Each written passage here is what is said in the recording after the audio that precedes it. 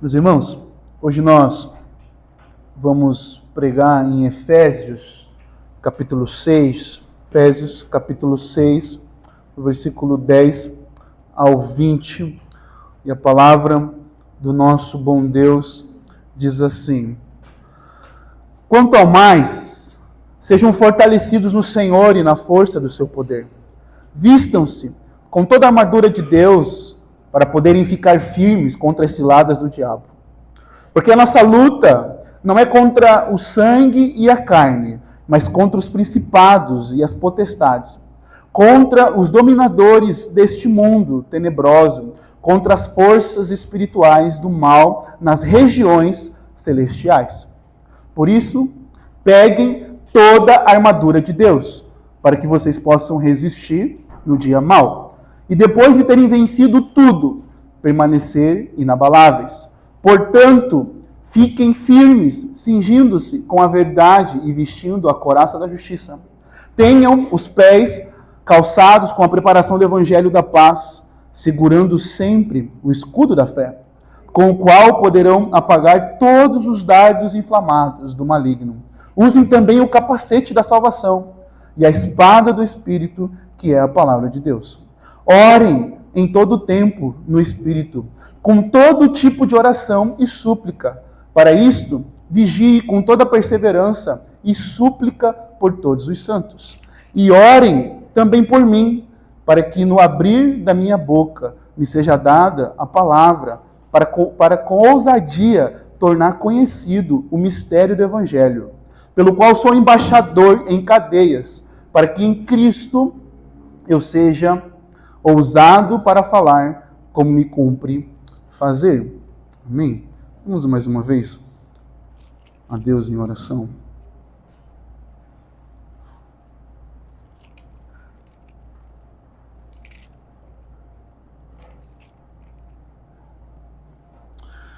Pai Santo, nós somos povo do Senhor, Pai.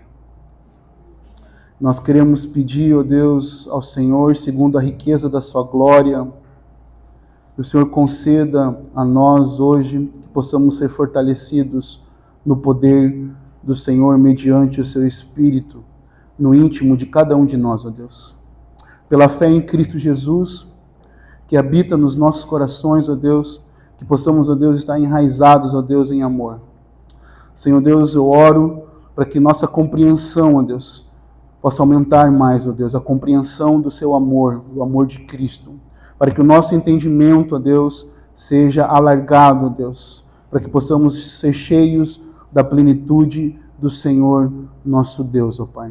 Eu oro para que possamos ser fortalecidos em Cristo, para que possamos resistir no dia mau, ó Deus. E nós sabemos, ó Deus, que só o Senhor, operando com o poder do Teu Espírito, pode trazer entendimento a nós e clareza, Senhor Jesus. Porque nós sabemos que só o Teu Espírito Santo pode iluminar as nossas mentes para compreender a Sua palavra, Deus. E que hoje não somente possamos compreender, mas aplicar a palavra santa do Senhor em nossos corações. Em nome de Jesus. Amém. Meus irmãos, hoje, como nós compartilhamos, nós falamos sobre o tema é batalha espiritual. Batalha espiritual. E se tem uma das coisas que eu e você muitas vezes temos negligenciado, é esse tema, é a nossa vida espiritual. E eu quero começar dizendo para nós, eu quero começar dizendo para mim, para você, hoje, nessa noite, eu quero começar com um alerta. E o alerta que eu quero dizer para nós é que nós estamos em guerra. Nós estamos em guerra. Você está em guerra. Eu e você estamos em guerra. Existe uma batalha espiritual acontecendo. Existe uma guerra espiritual acontecendo em volta de nós. Por mais que os nossos olhos não possam enxergar as realidades espirituais na sua totalidade, mas elas existem. E o apóstolo Paulo, então, escreve essa carta. E o primeiro momento da carta de Efésios é como Deus nos salvou, como a soberana graça do Senhor nos resgatou das trevas e nos tirou, Ele nos escolheu, Ele enviou seu Filho Jesus para morrer em nosso lugar. E a segunda parte agora, ele começa a falar sobre os nossos deveres, sobre a nossa vida. Quando nós vemos ali o capítulo 5, ele vai falar sobre casamento, ele vai falar sobre a relação dos pais com os filhos, e no capítulo 6 vai falar da relação dos senhores com seus servos, dos trabalhos, como nós devemos viver. Então o apóstolo Paulo, no verso 10 aqui, ele diz, enquanto ao mais, ele está dizendo, olha, tá vendo tudo isso que eu disse? Tá vendo tudo isso que eu ensinei para vocês? Cristo Jesus salvou vocês, Cristo Jesus tirou vocês das trevas, Cristo Jesus fez uma obra gloriosa antes da fundação do mundo. Vocês devem amar as suas esposas, esposos devem amar as suas esposas, e assim cada um, e os filhos devem respeitar os seus pais, honrar os seus pais, e vocês, servos, trabalhadores, devem viver uma vida fiel ao Senhor, honrando os seus chefes. Só que o apóstolo Paulo, ele diz, enquanto ao mais, o apóstolo Paulo está dizendo, enquanto ao mais, tudo isso que eu estou dizendo para vocês, primeiro eu estou mostrando para vocês aonde está a nossa salvação em Cristo Jesus, e depois eu estou mostrando as implicações das pessoas que são salvas e regeneradas por Cristo Jesus. Enquanto ao mais, não pense que vai ser fácil e simples viver essa vida de obediência ao Senhor. Não pense que vai ser fácil e simples viver essa vida em obediência ao Senhor. Então existe uma guerra espiritual que está acontecendo, querendo nos impedir de viver uma vida centrada em Deus. E veja que o apóstolo Paulo diz, enquanto a mais sejam fortalecidos no Senhor e na força do seu poder. Vistam-se com toda a armadura de Deus para poderem ficar firmes contra as ciladas do diabo. Então na batalha espiritual precisamos saber aonde está a fonte da nossa força para lutarmos essa guerra. A minha mensagem vai estar dividida em 3 partes. Nós encontrarmos a fonte da nossa força, nós identificarmos o nosso inimigo, e nós sabemos as armas que nós temos à nossa disposição. Essa vai ser a nossa divisão hoje, nessa noite, para nós pensarmos. Então, na batalha espiritual, nós precisamos saber aonde está a fonte da nossa força para lutarmos essa guerra. Paulo não está se dirigindo apenas a um indivíduo. Isso é importante nós abrirmos aqui e falar. Paulo não está se dirigindo apenas você como um indivíduo deslocado de um ambiente. Paulo está se dirigindo a uma igreja, a igreja de Cristo, o corpo de Cristo, o exército de Cristo.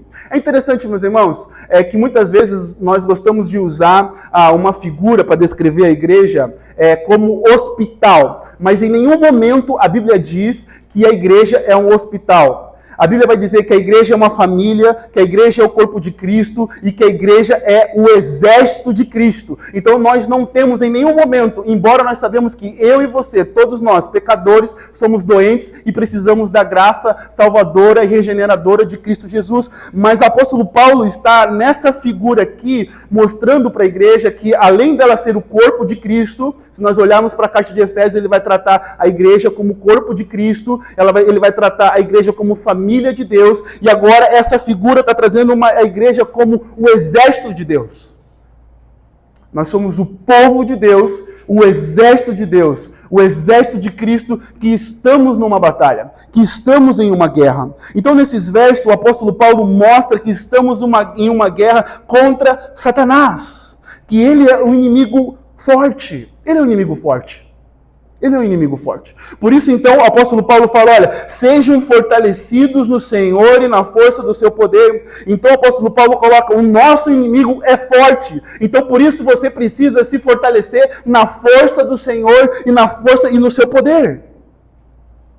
Ele é forte. Então, somente com o poder de Deus, nós seremos capazes de enfrentá-lo. Se você lembrar de um episódio, enquanto eu estava refletindo sobre essa palavra, eu lembrei de Jesus. Jesus falando para Pedro. Ele diz, olha, Simão, Simão, eis que Satanás pediu para peneirar vocês como trigo. Eu, porém, orei por você para que sua fé não desfaleça. Jesus fala para Pedro, assim, olha Simão, veja, Satanás está pedindo para peneirar você, para destruir você como trigo, esfarelar a sua vida. Porque é exatamente isso que ele quer fazer. Ele quer destruir a sua vida. E o mais importante, na realidade, ele não quer só apenas destruir a sua vida física, mas ele quer destruir a sua alma e a sua fé. Porque foi exatamente isso que ele fez lá no Jardim do Éden. Então nós não devemos subestimar o poder de Satanás e achar que podemos lutar essa guerra com as nossas próprias forças. Por isso nós precisamos olhar para o verso 10 e dizer, quanto a mais sejam fortalecidos no Senhor e na força do seu poder. Quanto a mais sejam fortalecidos no Senhor e na força do seu poder. Veja que o apóstolo Paulo trabalha desde o início dessa carta, meus irmãos, que a salvação não depende de nós. Olha para o capítulo 1, verso 4 e 5. Deixa a sua Bíblia aberta. Olha o que diz o capítulo 1, verso 4 e 5. Antes da fundação do mundo, Deus nos escolheu nele para sermos santos e irrepreensíveis diante dele. Em amor, nos predestinou para ele, para sermos adotados como seus filhos por meio de Jesus Cristo, segundo o propósito da sua vontade. Então, a gente pode observar que o Senhor nos escolheu antes da fundação do mundo. Se você for olhar agora no capítulo 2, no verso 1 ao 3, olha no capítulo 2, do versículo 1 ao 3, ele lhes deu vida quando vocês estavam mortos em suas transgressões e pecados, nos quais vocês andaram no outro tempo, segundo o curso deste mundo, segundo o príncipe da potestade do ar, do espírito que agora atua no filho da desobediência. Entre eles também nós, todos andamos no passado, segundo as inclinações da nossa carne, fazendo a vontade da carne, dos pensamentos, éramos por natureza filhos da ira, como também os demais.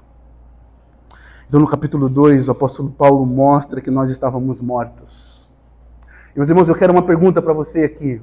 Não é o foco da nossa mensagem, mas a pergunta que eu quero fazer para você, baseada no capítulo 2, morto pode falar, morto pode andar, morto pode se mover. Não, morto não pode se mover, morto não pode falar. É apenas uma ação soberana do Senhor, milagrosamente, que pode despertar as nossas fé e nos salvar. Eu e você estávamos mortos nos nossos pecados. Nós estávamos contra Deus. Mas o Senhor age soberanamente e Ele nos escolhe antes da fundação do mundo. E por que eu trouxe esse ponto antes de nós falarmos do poder de Deus?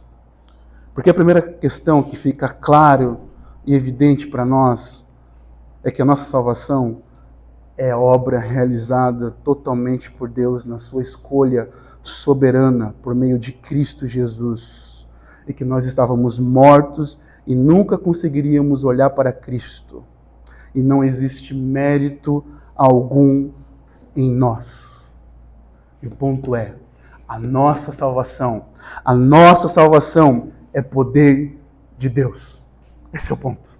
A nossa salvação é poder de Deus, é milagre de Deus. Não, você não fez nada para ser salvo, você apenas rejeitava Deus, mas o Senhor salvou você. Então a nossa salvação não depende de nós, é totalmente dependente da ação soberana do Senhor por meio do sacrifício de Cristo Jesus. Então, meus irmãos, se a nossa salvação não depende de nós, como também fica claro e evidente para nós que nós dependemos totalmente da força e do poder do Senhor para lutar essa guerra espiritual. Se a nossa salvação não depende de nós, a força que nós precisamos para lutar essa guerra espiritual, essa batalha contra Satanás, contra o pecado, contra o mundo, contra as inclinações da nossa carne, só vem do Senhor. Ela não vem de você. Esse poder é somente por meio de Cristo Jesus. Por isso, no capítulo 2, o qual nós lemos, diz: vocês estavam mortos nas suas transgressões, nos seus pecados, vocês estavam imersos, vocês não viviam, mas o Senhor salvou. Então nessa luta, onde nós estávamos escravizados pelo pecado e agora o Senhor rompeu com a escravidão que nós vivíamos, alienados de Deus, presos, amarrados e acorrentados pelo poder de Satanás. E o Senhor rompe isso na cruz do Calvário. Não é longe do poder de Deus, meus irmãos, que nós vamos conseguir vencer a luta contra Satanás. Não. Olha para o verso 10, mais uma vez. Quanto a mais, meus irmãos, quanto a mais, sejam fortalecidos no Senhor e na força do seu poder. Vistam-se com toda a armadura de Deus para poderem ficar firmes contra as ciladas do diabo.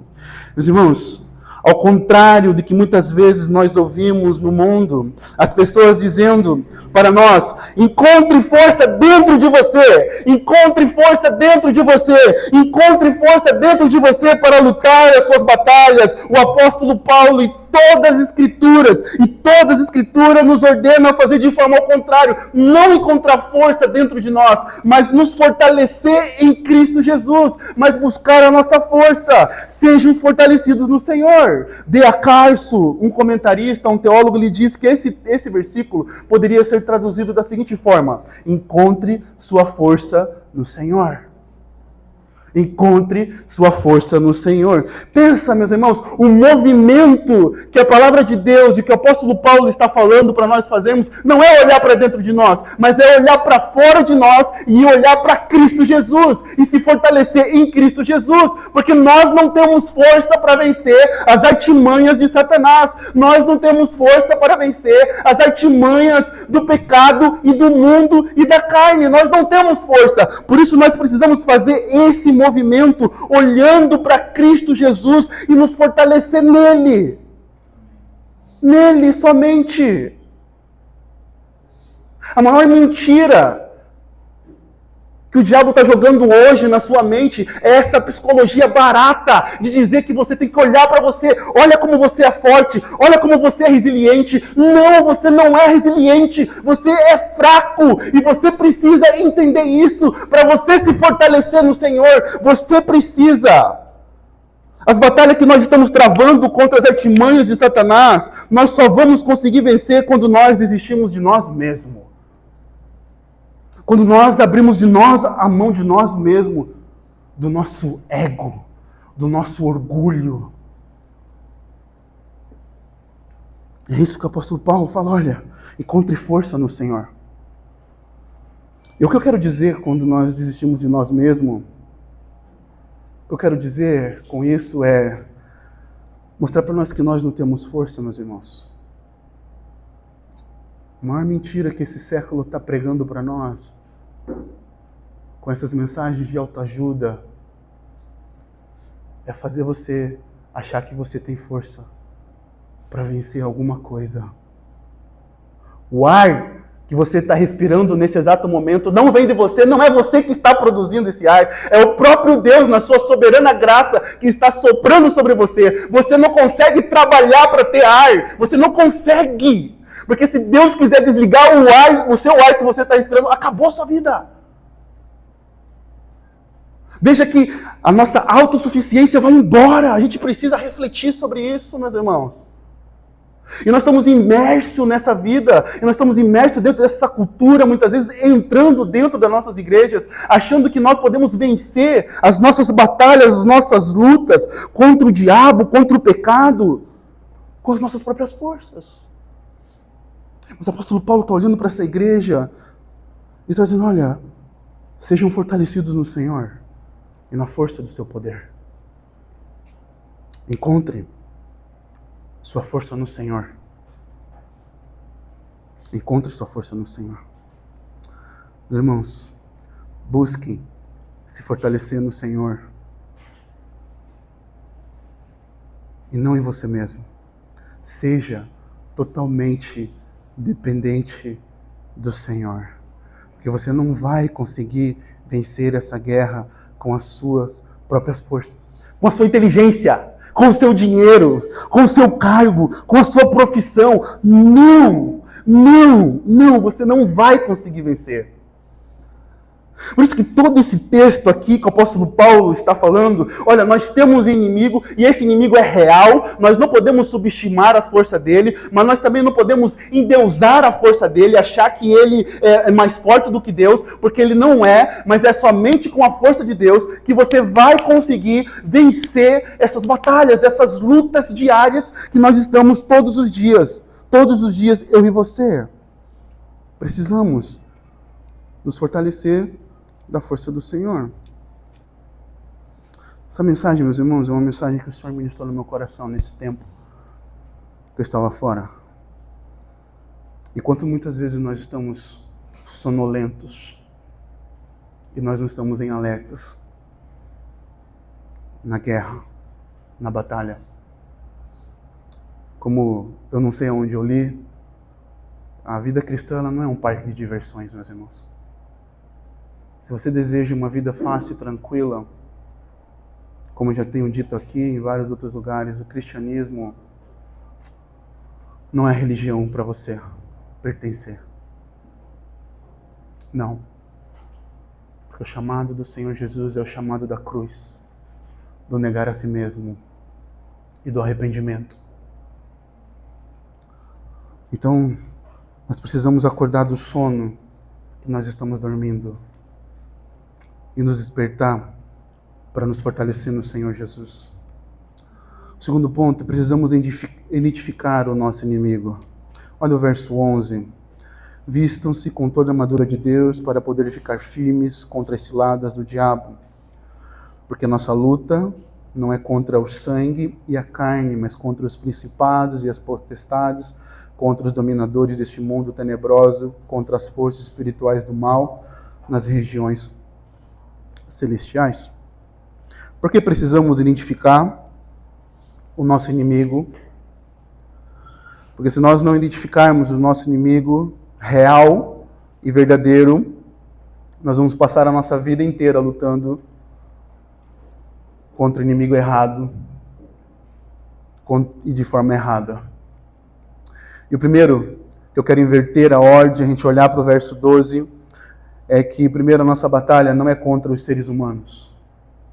Veja que o apóstolo Paulo coloca porque a nossa luta não é contra o sangue e a carne, mas em outras traduções pode estar, não é contra seres humanos. Então a sua batalha, meus irmãos, a sua batalha, meu amigo, meu amado irmão, a sua batalha não é contra o seu cônjuge, a sua batalha não é contra o seu patrão, que muitas vezes pode estar dificultando a sua vida no seu trabalho e deixando mais difícil a sua situação. A sua batalha não é contra o seu vizinho que perturba a sua vida com um som alto ou até mesmo de outras formas. Não, a sua batalha não é contra ele. Você não deve lutar contra ele, porque quando nós lutamos contra nós mesmos, eu contra você contra mim, nós passamos a usar armas carnais, nós passamos a usar maledicência, fofoca, queremos destruir a imagem do outro, mas o apóstolo Paulo está olhando para esses irmãos, está olhando para essa igreja e mostrando já desde o início, olha, o sacrifício de Cristo Jesus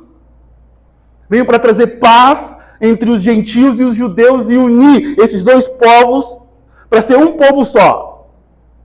Acabou a inimizade entre os gentios e os judeus. Agora, por meio de Cristo Jesus, existe um povo só, um corpo só, uma igreja só. Não existe mais raça. Todos somos um em Cristo Jesus. Não existe mais inimizade. Então o apóstolo Paulo aponta bem claro mesmo, olha, nós temos um inimigo. E esse inimigo existe. E esse inimigo é forte. Por isso nós precisamos do poder de Deus. Mas esse inimigo não é seres humanos, não são pessoas. E, irmãos, é interessante que o apóstolo Paulo está escrevendo essa carta e ele estava preso em uma prisão, domiciliar dessa prisão que ele estava. Ele estava acorrentado a um soldado romano para ele não fugir. E ele não escreve essa carta dizendo, olha, o meu inimigo é o Império Romano. O meu inimigo é esse soldado que está me prendendo aqui. Ele não escreve isso. Ele está dizendo assim, olha, visto com toda a armadura de Deus para poderem ficar firmes contra as ciladas do diabo. Porque a nossa luta não é contra o sangue e a carne, mas contra os principados, as potestades, contra os dominadores deste mundo tenebroso, contra as forças espirituais do mal nas regiões celestiais. Então o apóstolo Paulo aponta para o inimigo correto e certo. Olha, não é as pessoas que são seus inimigos. O seu inimigo real e verdadeiro. Mas aqui vai um ponto. Assim como Deus usa seus servos, Satanás também tem os seus. Mas o ponto maior é que nós devemos olhar para essas pessoas que são dominadas e escravizadas pelo diabo com misericórdia e não lutarmos contra elas. Porque se nós formos contra elas, nós vamos encher o nosso coração de mágoa. Porque às vezes a gente acha que o nosso inimigo pode ser o nosso pai, a nossa mãe. E aí nosso coração fica cheio de rancor. O nosso coração não consegue amar as pessoas. O nosso coração nós não conseguimos combater o combate real e verdadeiro contra Satanás. Então Paulo entende que Satanás é o seu primeiro e maior inimigo. Satanás é o seu primeiro e maior inimigo. O Satanás é o nosso primeiro e maior inimigo. E não as pessoas. E não as pessoas. Por isso é preciso ficar claro isso, meus irmãos. Porque a nossa luta não é contra o sangue e a carne. Porque se nós não entendemos que Satanás é o nosso primeiro e maior inimigo, as nossas ferramentas, as nossas armas, a forma que nós vamos lutar não é forma bíblica, não é uma forma centrada e obediente em Cristo Jesus. Então precisamos entender isso, meus irmãos. Satanás é o seu e o nosso maior inimigo. Outro ponto que nós precisamos entender é que Satanás é um inimigo, além de ele ser forte, ele é astuto. Olha o verso 11 agora, mais uma vez. A parte B do verso 11, ele diz, para poderem ficar firmes contra as ciladas do diabo. Por isso nós devemos nos fortalecer no Senhor, na força do seu poder, para ficarmos firmes contra as ciladas do diabo. Nós lutamos contra as ciladas. E aqui a palavra ciladas, o diabo se refere a artifícios astucioso. Satanás é um estratagema, meu irmão. Ele é... Veja lá, capítulo 3. Não quero que você abra, mas quero que você traga à memória esse cenário. Né? Todos nós aqui já lemos várias vezes. Que a serpente era o quê? A mais astuta do jardim, né? Meus irmãos, nós não estamos diante de um inimigo burro. Não. Por isso, nós como povo de Deus, não podemos cochilar. Nós não podemos dormir. Nós não podemos ficar sonolentos. Nós não podemos ignorar as artimanhas de Satanás. Precisamos estar sempre em alertas. Em 1 Coríntios, capítulo 2, verso 11, o apóstolo Paulo fala a mesma coisa. Olha, para que Satanás não alcance vantagem sobre nós, pois não ignoramos quais são as intenções dele. Meus irmãos, se tem uma luta que está sendo travada todos os dias, é uma luta que Satanás está travando pela sua alma. Porque da mesma forma que ele fez com Adão e Eva, ele jogou a conversa, ele distorceu a palavra de Deus. Será que é isso mesmo que Deus falou, Eva? Ele faz ainda hoje, de várias formas, de várias maneiras. Nós não podemos ignorar esse inimigo. Nós não podemos fechar os olhos. Não. Por isso que em 2 Coríntios 11, 14, o apóstolo Paulo fala, não é de admirar, porque o próprio Satanás se disfarça de anjo de luz. De anjo de luz. Existem circunstâncias, irmãos, que Satanás vem de forma tão sorrateira, jogando as suas artimanhas para nos enganar e nos levar a pecar contra o Senhor. a pecar contra o Senhor. Porque o maior objetivo de Satanás é fazer com que eu e você peque contra o Senhor. Então ele vem de forma sorrateira, bonita. Eu não lembro qual livro que eu li, mas ele faz uma comparação, né, do texto que eu vou falar mais à frente, mas que Satanás também ele anda de redor como um leão que ruge, procurando alguém para devorar. E esse livro fala que no Ocidente, ele faz uma ilustração que no Ocidente Satanás ele está agindo como um anjo de luz. E no Oriente ele está agindo como um leão. Né? E aí ele usa a questão da igreja perseguida. A igreja está sendo perseguida, muitas pessoas estão morrendo por causa da fé, pessoas estão perdendo as suas vidas, seus bens de forma mais brusca. Hoje não. Aqui no Ocidente, Satanás entrou nas escolas através do ensino, das ideologias. Satanás vendeu uma ideia que todo mundo precisa de psicologia e não é. Ele vendeu essa ideia. E eu não estou aqui querendo dizer que nós não precisamos, em algum momento da nossa vida, precisar de algum recurso dessa questão. Mas essa ideia de que todos nós precisamos de psicologia é uma ideia de uma agência farmacêutica que deseja vender uma medicina para nós. Satanás vendeu várias coisas para nós que a gente não está conseguindo fazer leitura da nossa sociedade e que entrou bem de forma sorrateira. Satanás vendeu para nós que casamento com descrente não é pecado. E aí você vê um monte de crente casando e se relacionando com descrente. Satanás vendeu para nós e tem vendido para nós a forma como as mulheres têm que se vestir. E aí se você deseja ser mais pudor, né? E aí a moda vai pegando e as mulheres cada vez mais vestindo roupas inadequadas, mostrando tudo. Os irmãos, de forma sorrateira, vai entrando, devagar. Aí se chega alguém, confronta, fala, olha, ele quer ser muito santo, ele quer ser muito piedoso. Os irmãos, tem entrado de forma bem sorrateira. Você quer ver uma coisa? Satanás tem entrado de forma sorrateira quando vendeu para nós também a questão da tecnologia, que é uma bênção, mas os pais têm entregado seus filhos à tecnologia de forma desenfreada. E tem crianças pequenas com 8, 9 anos, 10 anos, aí acessando pornografia. E muitas outras coisas.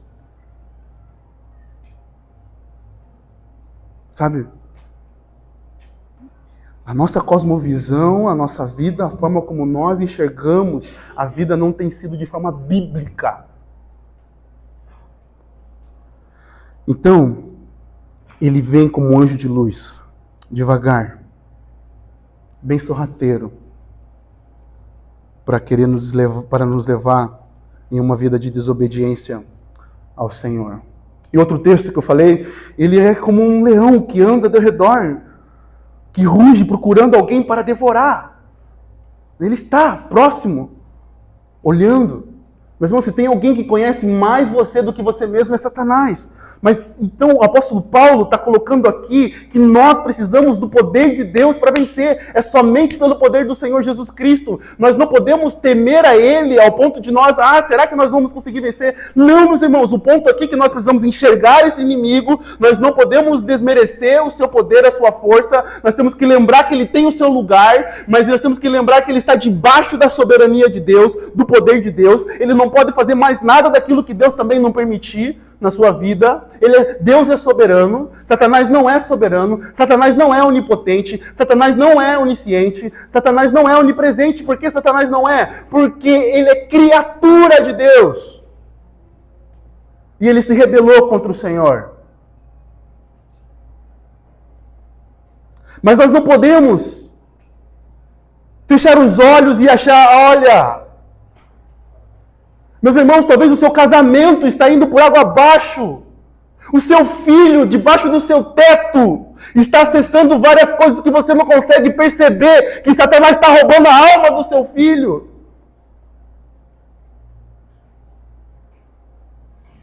Nós precisamos estar em alerta, meus irmãos. E sempre pensar nas Escrituras e Deus, como é que Ele pensa para nós, o que Ele pensa, o que Deus quer de nós, meus irmãos. E essa mensagem eu trago com muita urgência do meu coração aos irmãos. E com muito amor. Porque nós estamos numa guerra. Nós estamos numa guerra. Só que você trabalha, você tem casa, você tem comida, não falta nada para você. E muitas vezes você fecha os olhos e acha que não está numa guerra. Mas tem uma coisa que Satanás gosta de fazer, de nos deixar na letargia, mornos. Então, meus irmãos, nós precisamos saber quais armas devemos lutar essa guerra. Com quais armas nós devemos lutar essa guerra? Os versos 13 em diante, o apóstolo Paulo diz: por isso peguem toda a armadura de Deus, para que vocês possam resistir no dia mau e depois de terem vencido tudo, permanecer inabaláveis. Veja aqui, a única forma que podemos ficar firmes contra a cilada do diabo é se revestindo com toda a armadura de Deus. Olha para o verso 11, como ele diz: vistam-se com toda a armadura de Deus. Vistam-se. E o verso 13 é: pegue. Veja que existe uma responsabilidade. Agora você conhece Cristo, você se arrependeu dos seus pecados, agora você é uma pessoa salva em Cristo Jesus, você é um soldado de Cristo. Você está na guerra. Agora existe uma responsabilidade sua de ir e se vestir com toda a armadura de Deus. Com toda a armadura de Deus. É interessante que o apóstolo Paulo usa no verso 11 toda a armadura de Deus e no verso 13 toda a armadura de Deus. O que isso nós podemos aprender com isso? É que precisamos entender, é que o próprio Deus nos equipa para lutarmos essa guerra. É isso que nós precisamos entender, é que o próprio Deus, que Ele é o nosso general, Ele é aquele que governa, Ele é o Rei soberano, Ele sabe das armas que nós precisamos, Ele tem as suas armas para nós lutarmos essa guerra. A guerra que nós estamos só é vencida quando lutamos com toda a armadura de Deus. E lutar com toda a armadura de Deus é lutar da forma como Deus quer e depender de Deus em todas as áreas. Veja, meus irmãos, olha esse ponto aqui, ó. A forma que nós lutamos essa guerra é lutar da forma como Deus quer. É usar as armas que Deus deseja, que Ele já disponibilizou. Está aqui nas Escrituras para nós. Você não precisa inventar a roda. Você não precisa inventar um novo jeito de ser igreja. Você não precisa inventar um novo momento de ser seu casamento. Você não precisa inventar a forma como você deve educar o seu filho. Você não precisa. Mas tudo que nós necessitamos vem de Deus e Ele nos equipa para essa guerra que nós estamos vivendo. Precisamos depender do Senhor em todas as áreas. Porque essa guerra, meus irmãos, essa guerra é uma guerra já vencida. Já foi vencida na cruz do Calvário. Colossenses capítulo 2, 15 diz: despojando os principados e a potestades publicamente, o expõe ao desprezo, triunfando deles na cruz. Então na cruz nós já vencemos. Então por isso nós precisamos nos apropriar pela fé em Cristo Jesus, que a nossa vitória já foi dada. Nós não estamos lutando para conquistar a vitória, mas sim estamos lutando em vitória. Nós estamos lutando em vitória, meus irmãos. Nós precisamos nos revestir de Cristo. E quando nós nos revestimos de Cristo, nós temos a armadura completa para lutar essa guerra que já foi vencida na cruz do Calvário. Meus irmãos, para ilustrar isso aqui, eu já ouvi essa ilustração. Jogo de futebol. Jogo de futebol. Você vai lá, você assiste para o time que teu time está jogando e teu time ganha. Pode ter certeza que no outro dia o homem vai assistir 300 vezes o jogo, né? Vai ver os mesmos gols, ele já sabe o resultado, mas ele assiste 300 vezes a notícia do seu time, que seu time ganhou. Por que ele faz isso? Porque dá prazer, meus irmãos. Quando o Vasco ganha, eu fico lá, rolando o feed, né? Demora, mas ganha. Dá prazer, meus irmãos. Você já sabe o resultado, mas dá prazer de ver os gols. Dá prazer de você ouvir os jornalistas comentando, narrando a vitória. Essa é a guerra que nós estamos. Ela já foi vencida por Cristo. E por isso nós podemos lutar essa guerra e ter prazer em Cristo Jesus, porque Ele já venceu. Nós não estamos entrando numa guerra que nós ainda vamos vencer. Nós estamos entrando numa guerra a qual o Senhor nos coloca nela, mas que Ele já venceu. Que Ele já venceu. Ele já venceu. Satanás ele já perdeu, já acabou para ele. Por isso o que resta para ele agora é perturbar a sua vida e querer destruir a sua fé. O que resta para ele agora é destruir seu casamento, é destruir seu filho, é destruir a sua casa, é destruir a sua igreja. É isso que resta para Satanás. Porque ele já perdeu. Porque Cristo já venceu na cruz, meus irmãos. Nós só nos apropriamos do sacrifício de Cristo e das armas que Cristo pode nos dar para nós irmos para a batalha e vencermos os dias maus, como diz no verso 14. Portanto, fiquem firmes, quer dizer, no verso 13, para que vocês possam resistir no dia mau e depois de terem vencido tudo e permanecerem inabaláveis. Dia maus, meus irmãos. Pode ser que nós já estamos vivendo dias maus. Mas tem dia que parece que Satanás tirou o dia para te perturbar.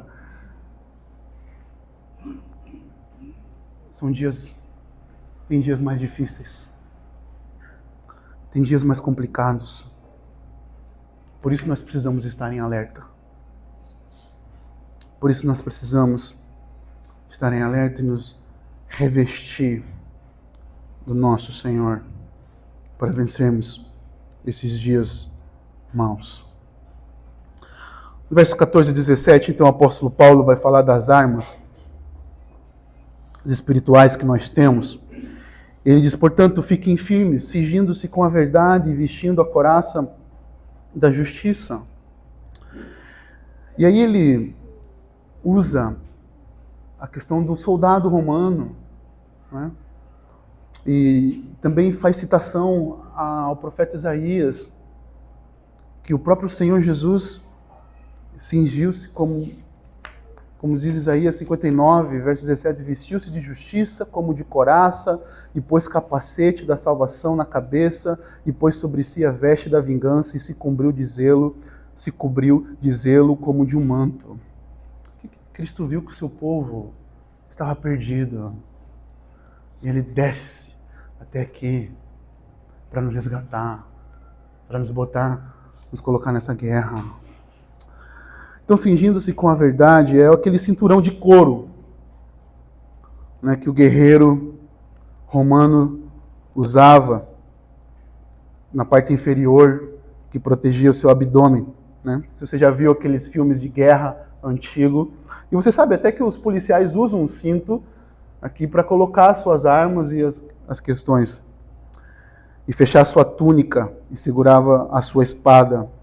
O que Paulo está querendo dizer é que nós devemos nos cingir e nos rodear de uma confiança na veracidade das Escrituras. Porque se tem uma coisa, meus irmãos, nessa batalha que nós vivemos é a distorção da palavra de Deus. Lembra de Jesus no deserto? Satanás chega para ele no deserto. Jesus passou por uma batalha espiritual. Satanás disse, se você é filho de Deus, jogue-se daqui, porque está escrito. Escrito. Dizemos assim, nós temos um bom teólogo, um bom teólogo não, ele não é bom, mas nós temos um teólogo que conhece muito da Bíblia, é Satanás. E ele não é bom porque ele distorce, por isso que ele não é bom. O bom teólogo ensina corretamente e ensina as pessoas a obedecer a palavra do Senhor. Né? Se nós temos um estudioso que conhece, é ele olha para Jesus e fala, olha, está escrito, se jogue daqui. Então se tem uma coisa nessa guerra que nós estamos vivendo, é a distorção das Escrituras. E nesse tempo que nós estamos vivendo, nós estamos aí, meus irmãos, vivendo um tempo de distorção das Escrituras. Um monte de ensino de heresias. Como é que nós temos que ser igreja? Como? Aí vem vários ensinos sociais, econômicos, políticos. Meus irmãos, quem manda na igreja é o Senhor Jesus Cristo, e Ele deixou sua palavra. E Ele ordena como ela deve ser e como ela deve viver. E como ela deve viver. Então nós estamos aí, como é que eu tenho que educar meu filho? Como? E nós temos várias distorções. Várias distorções que querem sobrepor. Como é que eu tenho o meu casamento? Com quantas pessoas eu tenho que casar? Com uma, com duas? Com uma pessoa do mesmo sexo? E aí você vai ver, meus irmãos, eu conheço pessoas que distorcem o texto das Escrituras para defender o homossexualismo. Entendeu? Então nós precisamos nos cingir e confiar plenamente na veracidade das Escrituras, da verdade, da palavra do Senhor, como ela é completa. E o verso 14 ainda, ele coloca vestindo a couraça da justiça, com a couraça da justiça é concedida a nós por meio de Cristo Jesus no seu Evangelho. Essa parte da armadura é feita de placas, aquela parte que fica aqui no peito, no peitoral, do pescoço até a cintura. Simbolizando o quê? A justificação do cristão em Cristo e sua vida justa no Senhor. Então o ponto é que nós precisamos lembrar que se vestir com a justiça, com a couraça da justiça, é que nós estamos sendo justificados por Cristo Jesus, mas não só sendo justificados, porque Cristo Jesus nos justificou para nós vivermos uma vida de santidade. Então a nossa justificação, nós somos comprados pelo Senhor Jesus, Jesus nos justifica porque nós éramos pecadores, ou ainda você possa ser um pecador que não se arrependeu e Cristo Jesus ainda não lhe justificou. Então Cristo Jesus justifica você, mas Ele justifica você para que você viva uma vida no Senhor em obediência, em santidade. E aí nós lembramos uma função que Satanás gosta de fazer. E a função que ele gosta de fazer é de nos acusar. De nos acusar. Ele tenta jogar na nossa cara os nossos pecados. Ele tenta. Por isso, então, nós precisamos da justiça de Cristo. A justiça de Cristo. Cristo Jesus, o nosso advogado. Não existe mais pecado. Não existe mais condenação. Não existe mais nada que Satanás possa nos acusar. Então, nós precisamos da justiça de Cristo, mas também nós precisamos viver em obediência, vivendo essa vida com o Senhor. Veja em Efésios ainda, capítulo 4, verso 24. Olha o que diz. Efésios 4, 24. E a se revestir da nova natureza criada segundo Deus, em justiça e retidão procedentes de verdade. E aí o verso 25 ele vai dizer, olha, por isso deixando a mentira, e cada um fale a verdade com seu próximo, porque somos membros do mesmo corpo. Então veja, nós precisamos nos revestir da justiça, da justificação e buscar obedecer à vontade do Senhor. O Senhor nos salva, nós precisamos obedecer o Senhor. No verso 15, o apóstolo Paulo coloca lá do capítulo 6, que agora ele vai dizer, tem os pés calçados com a preparação do Evangelho. Então aqui nós só devemos estar preparados para, não só devemos estar preparados para pregar o Evangelho. Não é só isso, mas como também estar firme no Evangelho. Pensa no soldado. Pensa no soldado em guerra. O filme que você já assistiu, 300, Rei Arthur, e outros tantos. Se você pensar no soldado nesse filme de guerra, você vê que as sandálias que eles usavam não era uma sandália qualquer, era uma sandália resistente. Porque para o combate que eles iam viver, eles precisavam, às vezes eles se gladiavam ali, se enfrentavam, então o pé precisava estar bem firme. Então o ponto, meus irmãos, aqui, que nós devemos estar preparados para pregar o Evangelho, mas também estar firme no Evangelho. Nós precisamos estar firmes no Evangelho. Então, nossa vida, eu e você, precisamos estar firmes no Evangelho, arraizados no Evangelho, e arraizados no Evangelho é fazermos uma leitura da sociedade e da vida a partir do Evangelho e não ao contrário. Enraizados no Evangelho é nós não querer ler o Evangelho a partir de ideologias, como disse aí o tal do presidente que Jesus era o mais de esquerda que foi. Então, não. Nós não podemos ler o Evangelho com ideologias, com filosofias humanas e psicologias e outras coisas tantas. Nós precisamos ler a cultura a partir do Evangelho. A base de nós lermos a vida é o Evangelho. Nós precisamos estar firmados no Evangelho. E aí então nós vamos conseguir pregar o Evangelho. É isso, meus irmãos.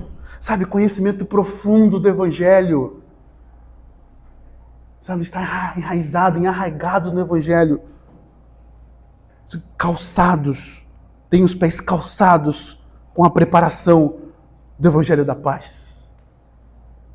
Veja, o apóstolo Paulo fala, capítulo 3, que foi, quer dizer, o capítulo 2, que foi porque ele é a nossa paz de dois povos, e ele fez um só na sua carne, derrubou a parede de separação que estava no meio e a inimizade. Cristo aboliu a lei dos mandamentos na forma de ordenança para que dos dois criasse em si mesmo uma nova humanidade, fazendo a paz. Nosso Evangelho da Paz. Quero lembrar que o Evangelho da Paz, não necessariamente as pessoas vão estar em paz com a gente. Hoje de manhã nós estudamos sobre evangelização. Nem sempre quando você evangelizar e falar do Evangelho as pessoas vão te amar. Porque a mensagem do Evangelho ela é agressiva em alguns momentos para alguns ouvidos. Mas ela é salvação. Ela corta, fere e cura. Então por isso, meus irmãos, nós devemos estar preparados, firmados no Evangelho, arraizados no Evangelho, lendo a cultura a partir do Evangelho e não ao contrário. E não ao contrário, porque quando nós queremos ler ao contrário, nós adulteramos o Evangelho, nós adulteramos a forma de ser igreja, nós adulteramos a forma do casamento, nós adulteramos a forma da educação dos nossos filhos, nós adulteramos a forma das nossas relações que nós vivemos aqui como igreja. Não, meus irmãos, quando nós fazemos isso, queremos ler o Evangelho a partir de ideologias.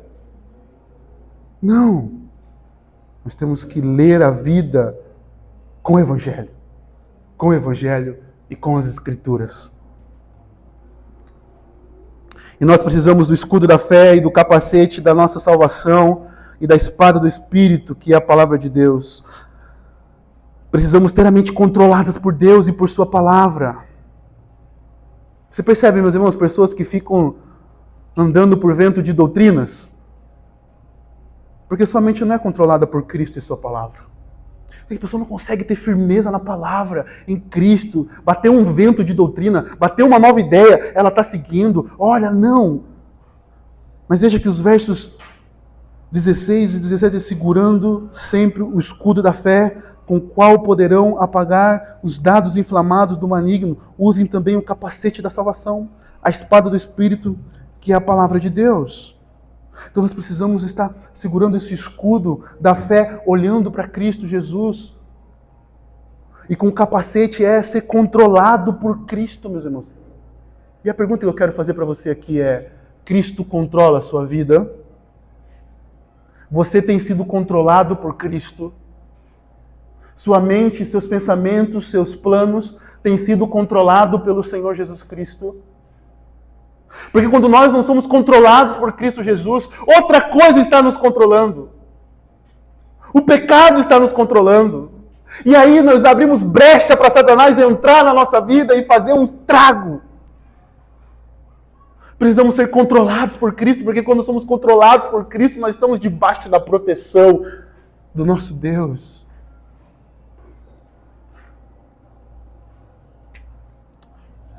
D.A. Carson diz que colocar o capacete da salvação é segurar a nossa união com Cristo. E é interessante, meus irmãos, quando a gente segura na nossa união com Cristo, a gente pode lembrar do texto de Romanos 8, que diz, o apóstolo Paulo diz, nada pode nos separar do amor de Cristo, se já estamos unidos com Ele. Se você já colocou a fé em Cristo Jesus e se arrependeu dos seus pecados, nada pode nos separar do amor de Cristo. Nada. Nada. Mas veja que agora a palavra de Deus, ele diz, usem o Espírito, use também o capacete da salvação e a espada do Espírito, que é a palavra de Deus. A palavra de Deus, então, não é simplesmente uma arma de defesa, mas também de ataque. Com ela nós nos defendemos e com ela nós atacamos. Mais uma vez eu cito D.A. Carson, ele diz algo interessante, da seguinte forma, ele diz da seguinte maneira, contra-atacar com a verdade quando somos tentados ao mal. Contra-atacar com a verdade quando a igreja é atacada por falsos ensinamentos. Contra-atacar com a verdade quando os poderes tentarem impregnar no mundo e à nossa volta com estranhas filosofias e ensino ético discrepante. Então nós precisamos estar sabendo manejar a palavra do Senhor. Meus irmãos, a minha pergunta é, você tem tido uma vida com a palavra do Senhor? Muitas das nossas batalhas que nós não estamos vencendo é porque nós não conhecemos a palavra do Senhor. Jesus disse isso, não disse? Meu povo perece por falta de conhecimento. Meus irmãos, às vezes nós estamos perecendo porque nós não conhecemos o quanto nós deveríamos conhecer, o quanto nós deveríamos nos aprofundar na palavra de Deus e buscar ao Senhor. Mas vamos aqui para o último ponto agora, que é vivendo uma vida constante de oração.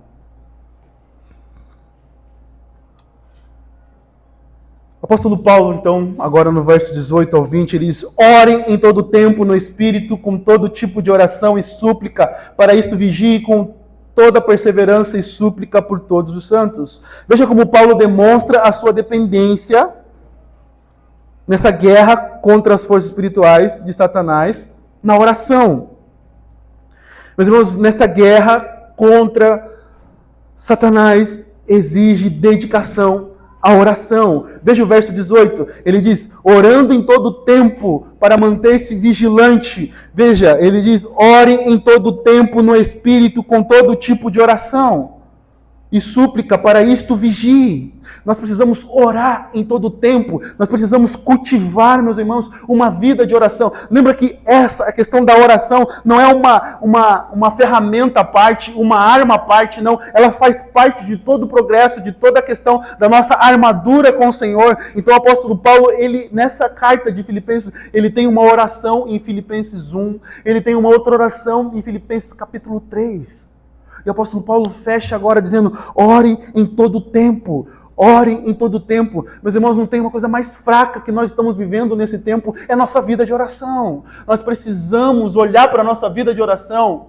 Muitas das nossas batalhas que nós estamos perdendo contra o pecado, contra a carne, é porque nós não estamos cultivando uma vida de oração profunda.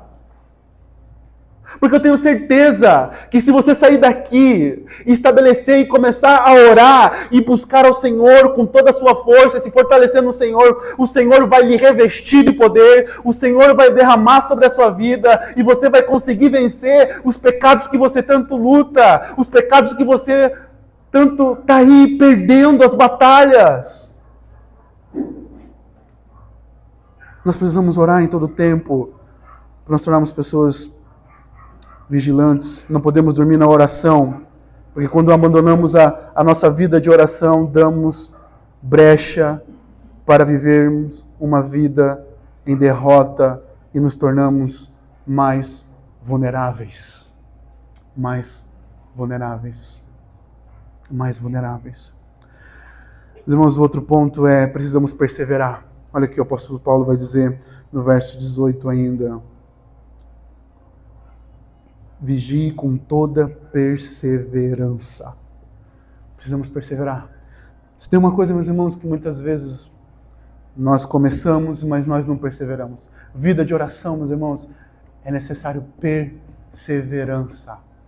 Perseverança. Lutar. Se tem uma coisa que você precisa lutar, é para a sua vida de oração. Leitura da palavra. Pode ter certeza que você vai crescer na presença do nosso Deus. Precisamos orar. Olha o outro ponto que ele coloca aqui para nós. Orar por todos os santos. Olha interessante. Súplica por todos os santos. Orar por todos os santos é bom deixar claro que não é a Igreja Católica, tá bom, meus irmãos? Você não vai orar para Maria, que ela não tem poder nenhum para ouvir sua oração. Orar por todos os santos, o que o apóstolo Paulo está dizendo é orar pelos seus irmãos na fé. Orar por todos os membros da igreja.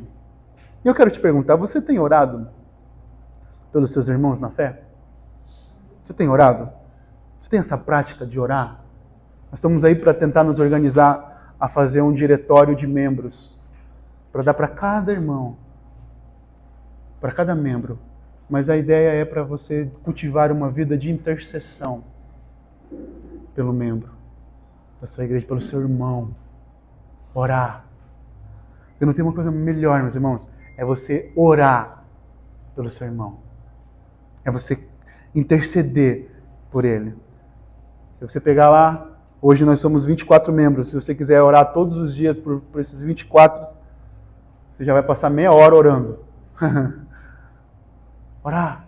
Orem por todos os santos. Orem por todos os santos, porque todos os santos estão na guerra. Você não sabe quais são as minhas guerras, as minhas batalhas. Eu não sei muitas vezes quais são as suas guerras, quais são as suas batalhas. Então, por isso, precisamos interceder uns pelos outros constantemente. Precisamos rogar, pedir ao Senhor: Senhor, dá livramento, Senhor, dá entendimento, Senhor, dá santidade, Senhor, dá amor, Senhor, desperta, Senhor, livra do mal, Senhor, livra do pecado. Precisamos orar e interceder. Meus irmãos, se antes de você abrir a boca para reclamar do seu irmão, ore por ele. Interceda por ele. Ore. Ore. Para nós ir fechando, os versos 19, então, o apóstolo Paulo, como um homem, como um de nós, ele diz: orem também por mim, para que no abrir da minha boca me seja dada a palavra, para com ousadia tornar conhecido o mistério do Evangelho. Meus irmãos, nós precisamos orar por nós, pelos pastores, missionários, para que o Senhor abra as portas da pregação do Evangelho, que ao abrir da nossa boca possamos fazer notório o poder de Deus, o poder do Evangelho. Mas irmão, sabe por que nós não compartilhamos o Evangelho? Porque falta oração, porque se nós estamos em oração, buscando o Senhor em oração, nós vamos evangelizar, nós não vamos perder tempo, nós vamos parar ali no Araújo e vamos compartilhar o Evangelho, nós vamos tentar ganhar essa boca de droga, nós vamos avançar na pregação do Evangelho no meio da nossa família, nós vamos estar compartilhando o Evangelho. Veja que o apóstolo Paulo está dizendo: olha, ore também por mim, para que no abrir da minha boca me seja dada a palavra. O apóstolo, o maior apóstolo, o maior missionário, está falando para aquela igreja: olha, ore por mim, interceda por mim. Meus irmãos, quanto você precisa orar por você mesmo para poder pregar o Evangelho. Você precisa orar pelos seus pastores, pelos missionários, para eles poderem pregar o Evangelho. Nós precisamos orar uns pelos outros para que a pregação do Evangelho avance. Porque sem oração nós não avançamos, sem oração nós não evangelizamos, sem oração não existe poder. Nós precisamos, meus irmãos, nós precisamos nos unir. Não tem maior união que você pode sair daqui é convidar alguém para orar com você pelo menos um dia na semana. Porque nós achamos que nossa vida é solitária. E a nossa vida não é solitária. Quando nós olhamos o apóstolo Pedro e o apóstolo João indo ao templo às 3 da tarde orar. Você não consegue muitas vezes desenvolver uma vida de oração e perseverar na oração porque você acha que vai conseguir orar sozinho. E muitas vezes nós precisamos de caminhar com alguém mais para nos ajudar a orar. Por isso nós precisamos da igreja. Por isso nós somos o corpo de Cristo. Por isso, meus irmãos, precisamos orar. Orar. Orar para avançarmos nessa guerra, nessa batalha espiritual. Você possa se fortalecer na força e no poder do Senhor, se revestindo com toda a armadura de Deus, para que você possa vencer os dias maus, firmados em Cristo Jesus. Amém? Vamos orar, meus irmãos?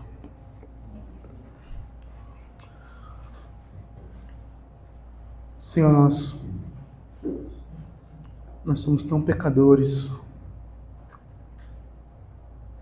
mas obrigado, Senhor, porque nós fomos encorajados pela Sua palavra a buscar a força no Senhor, Pai. Nós somos fracos, nós somos pó, nós somos totalmente dependentes do Senhor. E nos ajuda, Senhor, a buscarmos dependência do Senhor, a buscarmos, ó Deus, viver uma vida contigo, Senhor, firmada no Senhor, Pai. Derrama sobre os nossos corações, ó Deus, nos encoraja, Senhor, a nos revestirmos do Senhor Jesus Cristo, pois Ele já venceu a morte, o pecado, o mundo e o diabo, Pai. Em Cristo nós temos a vitória, Pai. O Senhor é maior e o Senhor é melhor, Pai. E, ó Deus, nos revista e nos encha, Senhor Deus, com a Sua palavra, Senhor. É o que eu oro e eu te peço, ó Deus, em nome de Jesus, ó Deus. Amém, Senhor.